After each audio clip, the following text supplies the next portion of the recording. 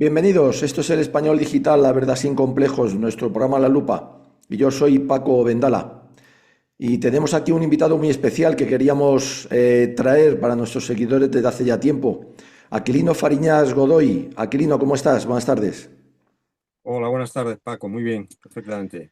Pues ante todo encantado y muchas gracias por dedicarnos este tiempo, pero yo creo que sobre todo mucho más por habernos regalado este magnífico libro que has publicado sobre el cual vamos a hablar y sobre el que ya nos has deleitado con unos adelantos, casi 2 meses y medio, con unos artículos semanales interesantísimos. El libro dice muchísimo más, hay que leerlo, hay que verlo, hay que tenerlo y yo creo que releerlo, porque es un libro que rompe moldes. Es un libro, yo creo que impactante, empezando por su título, Democracia, el gran fraude. Aquilino Fariñas Godoy, de SND Editores. Aquilino, la primera pregunta. Democracia, el gran fraude, perdón, madre mía. ¿Tuviste que plantearte el hacer acopio de valor para escribirlo, sobre todo con este título? Efectivamente, fue necesario una decisión sosegada y tranquila y sobre todo en cierta medida audaz para decidirme a efectuar a escribir un libro como este para efectuar una impugnación casi completa a lo que entendemos por democracia liberal actual. Y sin duda el título, que todavía el original, que al final pues quedó limitado al que ahora tiene, todavía era más significativo y más drástico al respecto.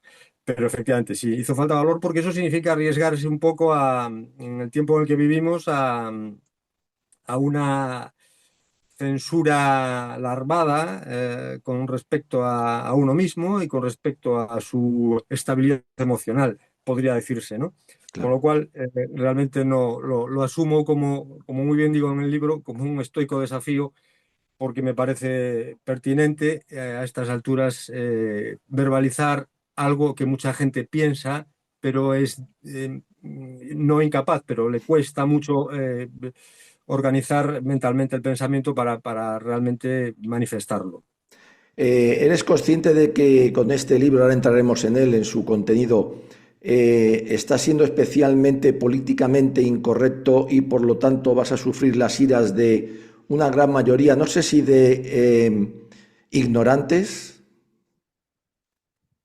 Sí, evidentemente, es lo que he dicho antes. Soy plenamente consciente de ello, lo asumo como un reto, como un desafío personal porque creo que en principio, en cualquier caso, la honestidad intelectual de los lectores, de los que realmente decidan leer el libro, apelo a esa honestidad intelectual para que sean capaces de sosegadamente ser capaces de discernir acerca de lo que se dice e intentar por sus propios medios elaborar su propio pensamiento. En ese sentido, los que realmente sean capaces de hacerlo y consideren honradamente que el libro es nefasto o malo, pues asumiría esa crítica. Los que a priorísticamente sin ninguna motivación más allá de su propio prejuicio, se limitan a hacer ya una crítica total desde el principio, sin entrar en sus profundidades, pues no, me resultan completamente irrelevantes sus comentarios. Aquilino Fariñas Godoy es médico de profesión, es una profesión difícil en la que hay que tomar decisiones siempre con un gran nivel de incertidumbre, porque desde luego el cuerpo humano es también impredecible. Aquilino, la democracia es un todo, es una diosa pagana, es algo que se ha endiosado por algunos, es realmente, como dices, el gran fraude de nuestra época. Sí, en efecto, es todas esas cosas y quizás algunas más, pero sí es todas esas cosas prácticamente que has dicho. Sobre todo, yo incidiría más en que es una religión de la modernidad. Es realmente un elemento sustancial que impregna el pensamiento y la actitud de los individuos ante la vida. O al menos eso es lo que los panegiristas de la idea, que realmente son la oligarquía política que controla la situación social, o político-social, intentan producir en la gente, ¿no? Y entonces, a partir de ahí, en cuanto se asume como una religión salvífica que no permite disidencias ni herejías, ni permite ningún elemento de crítica fuera de su ámbito de ideas, porque su mundo es un mundo autorreferencial en el que no puede existir ningún análisis extramuros de esa realidad que ellos han creado, de esa realidad artificial o ideológica, que es perfectamente discutible y es perfectamente intelectualizable y que es perfectamente dialogable.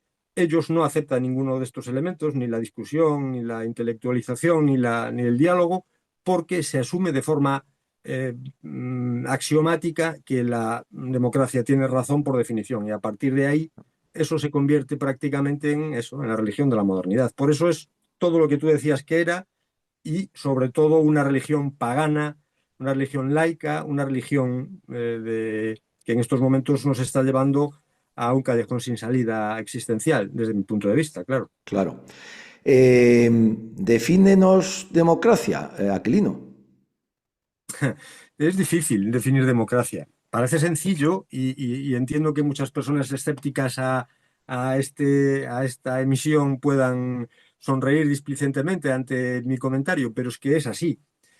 Podemos hablar de la democracia griega, podemos hablar de la primera democracia de las revoluciones burguesas europeas, y podemos hablar sobre todo de lo que es la democracia realmente existente, que es la democracia liberal actual, que es la que realmente se ha comido todos los demás sistemas democráticos. Democracia, como todos sabemos, es el gobierno del pueblo, pero esto es decir nada, porque realmente qué es el pueblo, qué es el gobierno y cómo se estructura. En principio, evidentemente, la democracia es un sistema de gobierno, o debería ser un sistema de gobierno más, en donde hay una determinada supuesta participación del pueblo o de los gobernados como elemento receptivo de las tareas de gobierno en el propio gobierno. Esa es la teoría. La práctica nos ha llevado a lo que estamos actualmente, que es a la democracia liberal, que es un sistema oligárquico estructurado en torno a una serie de elementos constitutivos, como son la voluntad general, la opinión pública, los partidos políticos, el Parlamento, etcétera, a través de los cuales se le da aparente forma real a un sistema de gobierno del pueblo. Eh, Esto es lo que yo, en 400 páginas en el libro, intento demostrar que no es así. Efectivamente, El pueblo no se gobierna, ni mucho menos. claro. El libro empieza con una introducción magnífica. Bueno, el libro está escrito con un nivel de uso de nuestro idioma, nuestro idioma el español, que de verdad deleita, porque se lee de maravilla. Yo hacía tiempo que no leía algo con tan buen nivel y al mismo tiempo tan accesible y tan didáctico, que eso es muy importante porque hoy día la ignorancia, la mía propia, yo la reconozco, pues asusta a veces. Cuando uno se enfrenta a estos libros, uno pues tiene miedo, pero en cuanto te sumerges en él, ya no lo dejas. Ya en la introducción a mí me chocó. Dices cosas como que, bueno, en la democracia todo se puede criticar, menos la propia democracia. ¿Eso no es totalitario, dictatorial, digamos, casi, una satrapía? Sí, exacto. Eso hace referencia a lo que te decía antes, en el sentido de que la democracia ha creado un sistema de ideas y de valores autorreferencial, eh, un sistema intramuros, como una especie de gran muralla que rodea el mundo de lo real, y fuera de ese mundo están las tinieblas exteriores, donde no está más que un submundo lleno de infraseres, ¿no? Y dentro de esas murallas, dentro del sistema autorreferencial, evidentemente, la democracia no se puede criticar porque, por definición, es el bien absoluto. Entonces, lógicamente, criticar al bien absoluto ya en sí mismo, de partida, es un error conceptual. Entonces, esta estructura, digamos, de pensamiento, de análisis de la realidad, hace que se vuelva invulnerable, aparentemente invulnerable. Por tanto, volviendo al tema de mi libro, efectivamente, eso que has dicho me satisface, porque mi planteamiento cuando escribí el libro era, sin reducir significativamente el nivel de complejidad conceptual que quiero manejar en el libro, quería hacerlo razonablemente accesible para todo tipo de personas. Pero es necesario ciertas cosas sustentarlas en conceptos previos que permitan ir elaborando la tesis de forma progresiva hasta llegar al concepto final, ¿no? claro. Y todos estos elementos que no son fáciles, porque claro, comenzamos en el siglo V antes de Cristo con la democracia griega hasta terminar en el siglo XXI, ¿no? Engranar todos estos elementos, en principio me parecía un reto muy difícil, pero creo que efectivamente, como tú dices, modestamente me siento relativamente satisfecho por haber sido capaz de aunar esos dos elementos, la complejidad por un lado y la exposición más o menos amena o amenizable por otro, para que en última instancia el mensaje se pueda transmitir y se pueda comprender de forma concreta, Claro. específica. Pues yo afirmo otra vez lo que he dicho y te recuerdo, Aquilino, que la falsa humildad también es pecado, ¿eh? Aunque sea venial. O sea que estate muy contento porque Reval es un libro que se entiende perfectamente y que llega a conceptos que no dejan de ser complicados. Aquilino, por la famosa democracia hacia la libertad o hacia la esclavitud. Yo creo que realmente hacia la esclavitud. Decirlo así suena, porque ya estamos en ella, de hecho, Claro, ¿no? Eh, es una esclavitud eh, autocensurada, una sensación. Es decir, la mejor esclavitud es la que no necesita cadenas ni necesita muros de prisiones, de forma que es el propio individuo el que sabe lo que no debe hacer y lo que es, desde mi punto de vista, es más peligroso y más significativo, lo que no debe pensar. claro. Es decir, yo estoy convencido de que hoy en día hay muchas personas que autocensuran su propio pensamiento porque consideran que determinados pensamientos son impuros. O sea, y esto nos retrae un poco a eso que te hablaba de la religión laica. Es decir, Claro. hay gente que no puede ni siquiera plantearse, pensar, ni hacer una hipótesis de trabajo, digamos, pagana, porque consideran que es una monstruosidad pensar determinadas cuestiones acerca de algo tan sencillo y simple como es la organización de una sociedad política, ¿no? En pleno siglo XXI. Y eso, desde mi punto de vista, efectivamente es el sometimiento a unas normas de conducta que están implícitas, pero que forman parte del peso del poder político, del poder sociológico, del poder cultural, que efectivamente esclavizan al individuo. Claro. En el libro no dejas títere con cabeza, no dejas ninguna arista sin tocar, pero con argumentos. Todo se argumenta, todo se justifica. No das una opinión simplemente por opinar. Pero, ¿qué ha sido lo que más te ha desagradado tratar y qué es lo que más te ha satisfecho tratar a la hora de estructurar, por supuesto, y por más escribir el libro? Bien, yo lo que más me ha desagradado, sin duda, y eso lo tengo claro, es la segunda parte del libro. El libro se divide en tres partes. Es un libro extenso. La primera parte es una revisión histórica de por así decirlo, de la historia de la democracia, de la historia ideológica que ha dado lugar a la situación actual. La segunda parte es la que estudia un poco la democracia en España y la constitución de la primera constitución, la de 1812, y la segunda, la de 1978, la famosa constitución que todavía hoy en día padecemos. Y la tercera parte es una estructura sobre los elementos constitutivos, digamos, arquitectónicos de la propia democracia. Bien, pues la segunda parte, la que se refiere a la democracia en España, la democracia liberal en España, a partir de la muerte de Franco el 75, con la aparición de la democracia el 78, y sobre todo el análisis de la amnistía del 77. Hay un capítulo dedicado Sí, es verdad. específicamente a la amnistía del 77, que fue el procedimiento fundamental para implantar luego la Constitución del 78 y para conseguir la anuencia de los partidos reacios, sobre todo los nacionalistas, llamados nacionalistas, a la votación o a la sumisión a ese nuevo máximo elemento legal que iba a ser la Constitución del 78, es esa parte dedicada a ese capítulo específico dedicado a la amnistía del 77, el que realmente me resultó, casi podría decir que repugnante, no es la palabra, pero sí muy desagradable, lo tengo claro. Esa es la parte que realmente era necesario escribir y era necesario sacarla a la luz porque la han escondido, nos la han escondido, Claro. y es la que más me desagradó realmente. De tripas corazón, entonces, Aquilino. Sí, sí, porque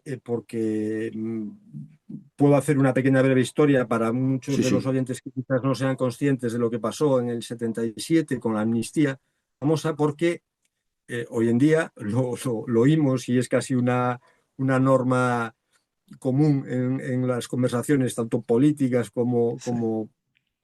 como coloquiales de todo el mundo, el hablar de la amnistía de Puigdemont y de la amnistía de los golpistas catalanes, etcétera, toda esta historia. Cuando resulta que en el 77 no se amnistió a unos golpistas, se amnistió a unos terroristas, se claro. amnistió a todos los etarras que habían asesinado no solo a un presidente del gobierno, que era Carrero Blanco, al que evidentemente muchos de estos personajes consideran un ser Sí, despreciable, indigno y por lo tanto susceptible para eliminar sin ningún tipo de remordimientos, sino el famoso atentado de la calle Correo de Madrid, sí. un atentado que se produjo en el centro de la capital de España, en la Puerta del Sol, en el que murieron 13 personas y otras 70 fueron gravemente heridas, con algunas con muchas mutilaciones. 13 personas que eran todas, excepto una, que pertenecía a las fuerzas de seguridad del Estado, eran todas personas que estaban de visita o trabajaban directamente en Ah, Madrid, personas del pueblo. Esas personas que murieron en un atentado indiscriminado por una bomba que se puso allí, los asesinos fueron amnistiados como consecuencia de la ley de amnistía, que era un elemento necesario e imprescindible para que los partidos independentistas o nacionalistas o separatistas, como queramos llamarlos de la época, apoyasen el proceso legislativo que iba a desembocar en la Constitución.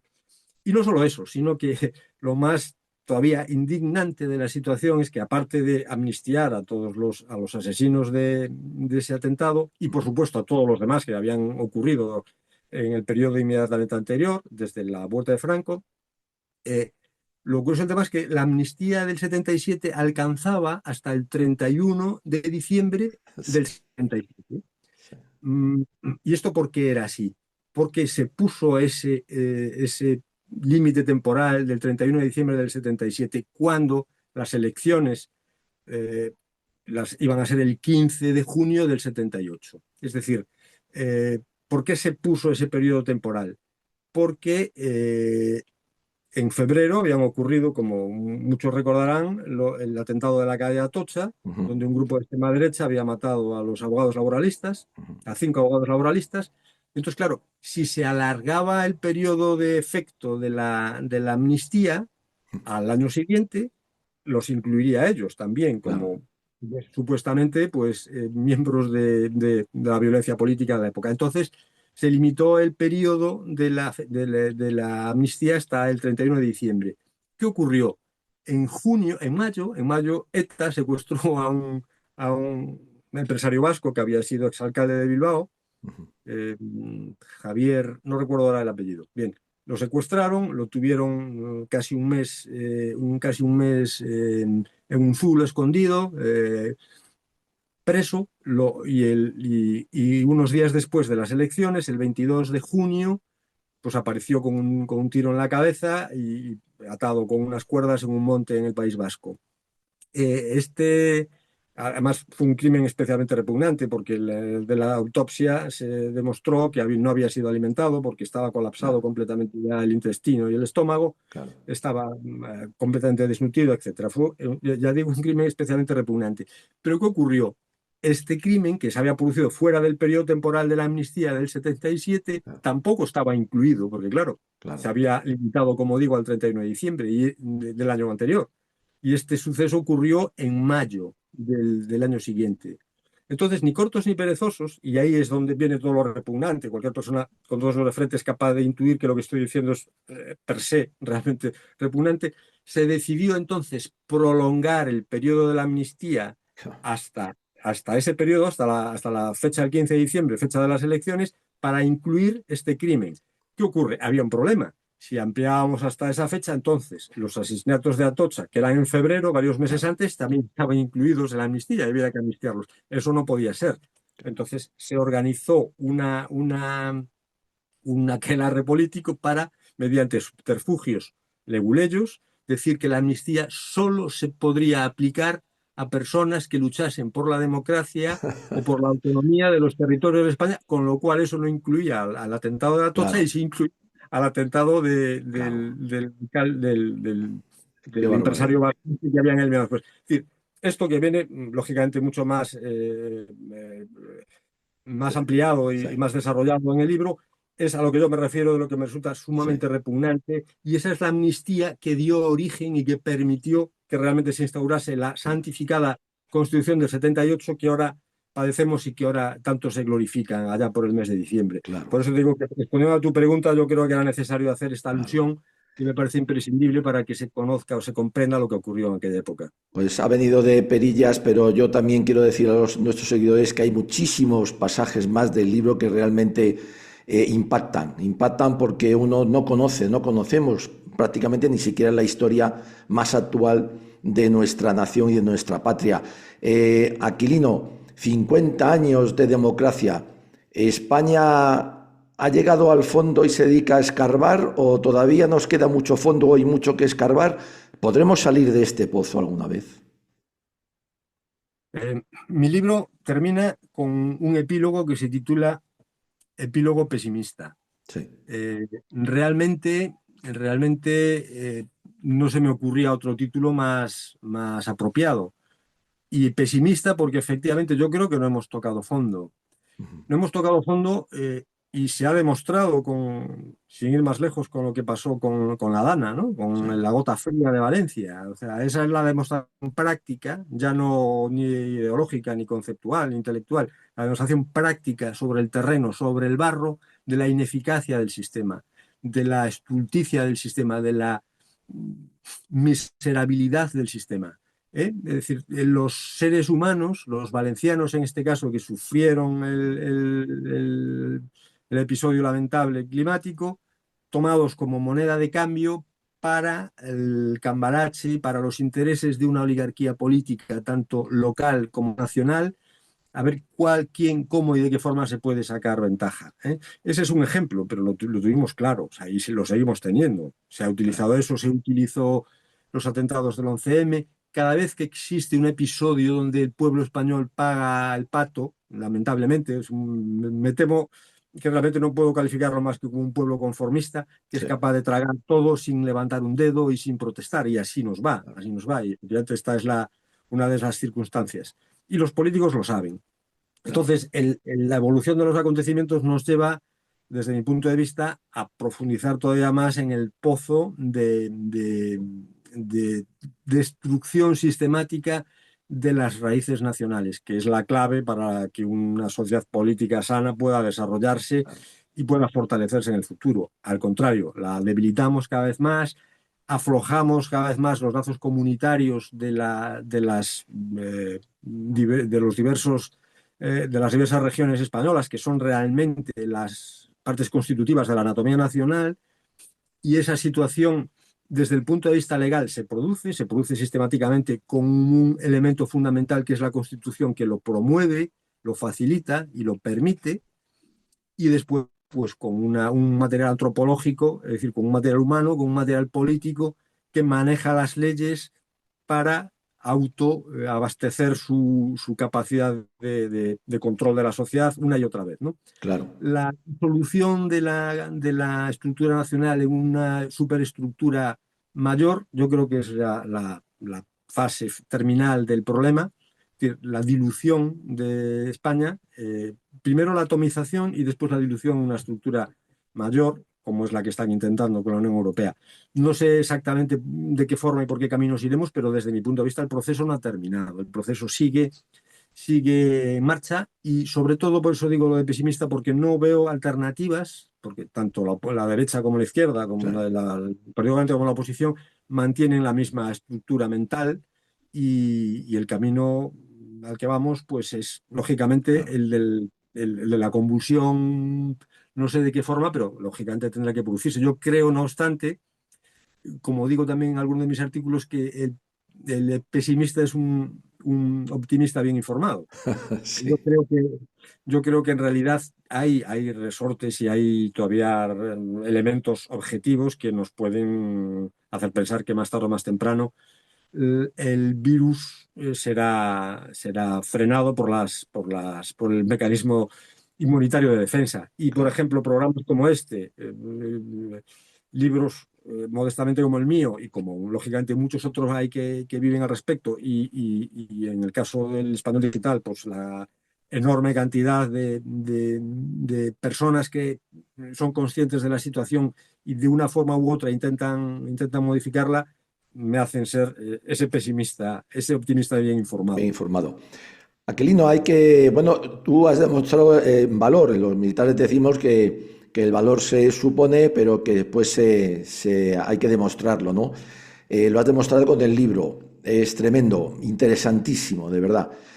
Bueno, vamos a seguir adelante con ese valor. Hay que ponerle nombre, Aquilino, a las cosas, porque, bueno, las cosas las hacen las personas.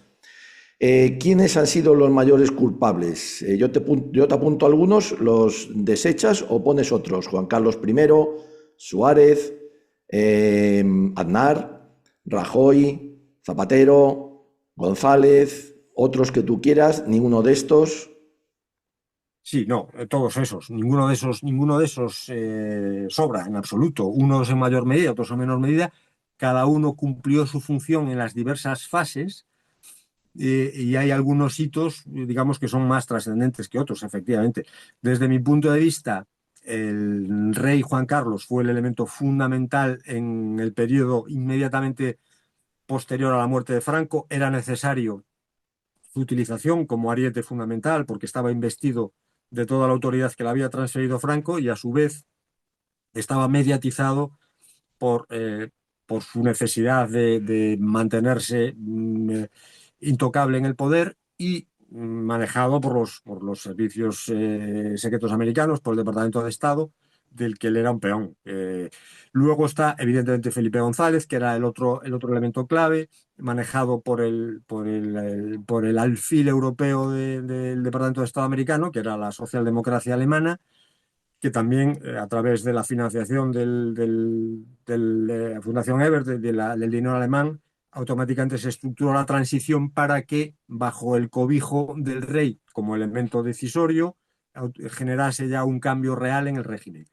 Después llegó la derecha con Aznar. Pues Aznar, yo lo escribo en alguno de los artículos como un ciego, como un tuerto en el país de los ciegos. Aparentemente, bueno, intentó, no, evidentemente con todas las características propias de la derecha española de siempre, ¿no? De la derecha Sí, preguerra sí, civil y de la derecha posguerra civil, siempre fueron lo mismo. sí, Cobardes, ruines, temerosos, en fin, todo ese tipo de historias. Es lo que hizo él, ¿no? De hecho, hasta llegó a, teniendo mayoría absoluta, a un 20 de noviembre a sí, declarar, como todos sabemos, en fin, a condenar sí, el régimen de Franco anterior, del que, bueno, provienen todas las familias políticas sí. posteriores, tanto derechas como izquierdas. Entonces, Aznar, bueno, es un chiquilicuatre que estuvo ahí, que él se creía una especie de Napoleón, y que se acercó ahí a recibir las palmaditas de Bush en su momento, como una especie de camarero que le servía el whisky,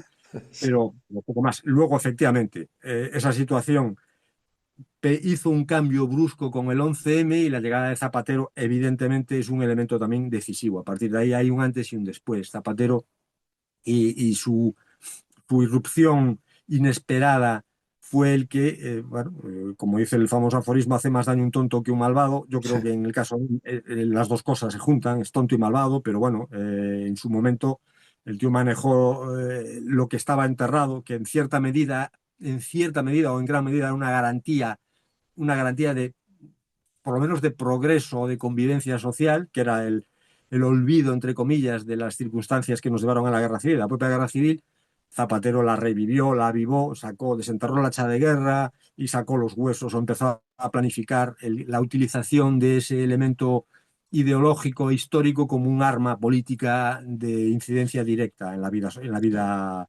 cotidiana. Y después, claro, la llegada de Rajoy. Rajoy fue una especie de, de nulidad absoluta, de una especie como, no sé, como el vacío sideral, donde no hay ni sol, ni luna, ni calor, ni frío, o sea, una especie de absurdidad total, o sea, que no tiene mayor... Y que evidentemente dejó que todo se pudriese, o sea, es el tío que dejó toda la fruta que estaba en él, no hizo absolutamente nada, esperó a que se pudriese y cuando la encontró podrida, pues no sabía qué hacer. Hasta que apareció. De una patada lo sacaron, efectivamente. O sea, su final fue como su gobernanza. O sea, lo sacaron a patadas del Parlamento mientras él se emborrachaba en el bar en los bares de al lado.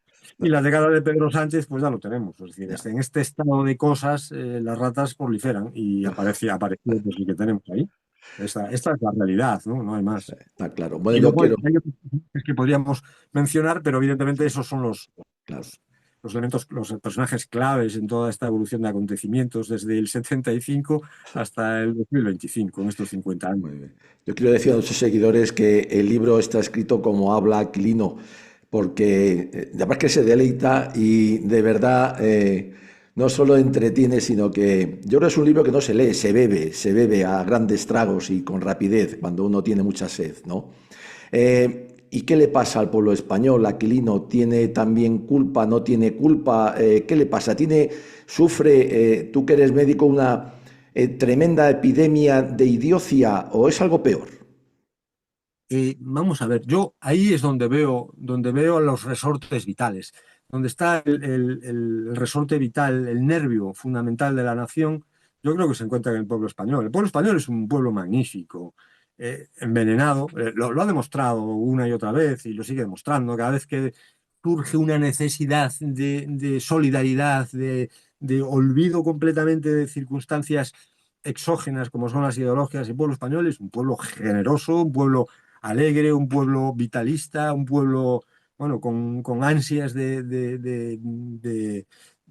fin, de crecimiento y de ayuda mutua, ¿no? Lo que son las características principales que definen al ser humano, o sea, así de claro. ¿Qué ocurre? Es un pueblo que precisamente porque ha sido o durante todos los últimos 50 años, sin lugar a dudas, desde mi punto de vista, ha sido sometido a una lobotomización, a una especie de... Porque claro, tendríamos que entrar en el sistema educativo, que es el que Claro, realmente ha generado las generaciones claro, que tenemos, ¿no? claro. Digamos que la llama viva, incandescente del pueblo español profundo va a seguir siendo la misma siempre, lo ha sido siglos antes y yo creo que lo seguirá en el futuro, pero lo que es la estructura periférica mental en estos momentos es la que está mediatizada por la información y por la propaganda y por la culturización a la que han estado sometidos precisamente por la democracia liberal partitocrática, que va en los caminos que las oligarquías diligentes, que siempre han sido las responsables de nuestro desastre. Sí. Hay personas que le llaman las élites. Yo incluso creo que esa palabra a la oligarquía española político gobernante le va larga, ¿eh? Yo creo que le va quedando. Yo creo que llamar las élites ya sería un elogio. Yo creo que no podemos llegar a tanto, pero efectivamente yo creo que hay una gran ruptura entre el pueblo español, entendiendo por pueblo español la masa viva que de repente nos sorprende cuando vemos lo que pasa en La Dana o cuando vemos lo que pasa en tal sitio o cual sitio cuando ocurre y el pueblo sale a la calle y de repente te da esos impactos el grupo oligárquico político dirigente. Hay una gran ruptura. Entonces, el pueblo español, lo que te digo, está docenado, está condicionado, está sometido, pero yo realmente sigo confiando en él plenamente porque si a poco que veamos la historia, cuando parecía que todo estaba perdido, el pueblo español resurgió una y otra vez, resurgió bueno, tenemos pruebas a lo largo del tiempo que lo demuestran. Ahora, sin embargo, no obstante, hay nubarrones en ese sentido, porque las nuevas tecnologías, las modificaciones cognitivas que se están produciendo en amplias masas de población, la globalización, que es otro elemento que está ahí, que es trascendente a la hora de cambiar la psicología de las masas, todos esos son elementos que habría que analizar más profundamente y que realmente van a transformar también las características no solo del pueblo español, sino de todos los pueblos europeos, ¿no? Y entonces, aunque yo soy optimista en ese sentido, porque creo que el pueblo español tiene un sustrato muy fuerte, muy adherido a nuestra piel de toro, eh, creo que hay elementos periféricos, ya digo, cognitivos y psicoconductuales que pueden transformar eso en el futuro no muy lejano, ¿no? Y eso sería ya mucho peor. El hecho es que en cualquier caso ahora el pueblo español no se le ve. Está presente, pero solo en las catacumbas, ¿no? Claro. Esto, lo que nosotros estamos haciendo ahora es estar en las catacumbas. Son diálogos de catacumbas. Bueno, ¿qué se va a hacer? Nos quedan nada, apenas 3 minutos. Aquilino Fariñas García, un libro valiente, yo creo que es un libro necesario, un libro que faltaba y un libro que hay que leer. Yo de verdad lo recomiendo vivamente. Democracia, el gran fraude. Aquilino, nos quedan 2 minutos. Yo quisiera que los aprovecharas tú, que eres el protagonista. Algo que te ha quedado por decir, algo que yo no te he preguntado, algo que no quieres que se te quede ahí, que lo digas ahora, por favor. No, yo básicamente es un poco incidir en lo que he dicho hasta ahora. Yo creo que el libro ha representado un esfuerzo. Yo lo hice con ese ánimo, entre comillas, didáctico que tú también habías mencionado al De principio, al acuerdo. referirte a una de las características del libro. Intento que sea didáctico y en ese sentido el subtítulo, aunque no aparece en la portada, pero sí en la contraportada, Ujú, el subtítulo es una guía para el pensamiento disidente. ujú. El título del libro es Democracia, el gran fraude, y el subtítulo, digamos, que aparece en la contraportada es una guía para el pensamiento disidente. Yo creo que hay muchas personas que encontrarán en el libro ideas que subyacen en su mente sin ser capaz de organizarlas coherentemente o con coherencia. El libro yo creo que se las puede ordenar en cierta medida. De ahí lo de una guía para el pensamiento disidente, porque muchas personas que tienen dudas pero no saben cómo enfrentar dialécticamente o críticamente determinados elementos que forman parte de la realidad cotidiana, de la realidad política cotidiana o cultural, el libro lo organiza y les permite encontrar los elementos conceptuales que puedan hacer que desarrolle un pensamiento propio, un pensamiento Claro. crítico, que desde mi punto de vista, de hecho, el libro va dedicado su primera página a los que piensan por sí mismos, a los que quieren pensar por sí Muy mismos. bien. Entonces, ese es el elemento clave que yo destacaría del libro. A todo el que quiera pensar por sí mismo y que quiera, a partir de ahí, darle la razón o quitársela al libro, Ujú. eh, que use los conceptos que se manejan en el libro, que son conceptos, no son míos, son los conceptos de la historia cultural de la humanidad desde antes de Cristo, con el nacimiento de la democracia griega, pues que utilicen esos conceptos y que a partir de ahí elaboren su razonamiento. Si es contrario a lo que en el libro se afirma, perfecto. Si es favorable, pues desde mi punto de vista más perfecto todavía, pero que lo hagan por el conocimiento de la realidad, no por la inducción a la que están sometidos por una estructura cultural Claro. interpretada. Aquilino Fariñas Godoy, pues vamos a terminar. Una última pregunta muy personal. ¿Un rebelde, un reaccionario? Yo creo que ambas cosas. Como decía uno de mis referentes intelectuales, que es Nicolás Gómez Dávila, él se describía a sí mismo como un reaccionario. Yo creo que en este caso ambas cosas. Todo en el mundo en el que vivimos, el reaccionario es un rebelde y el rebelde es un reaccionario, porque la situación es una situación colapsada y sin salida, con lo cual no queda más remedio que dar vuelta atrás o cambiar de dirección. Y en ese sentido asumo ambos conceptos como propios. Muy bien. Pues muchísimas gracias. Se nos acaba el tiempo. De verdad, ha sido un placer, ha sido un gusto el libro, recomendable, imprescindible, necesario, lo era, faltaba, creo yo. Y bueno, esperemos también alguno que otro más que nos deleite de esta manera y nos instruya, que falta nos hace a todos. Aquilino Fariñas Godoy, muchísimas gracias de verdad por tu tiempo y por tu libro también, si no mucho más. Un abrazo muy fuerte.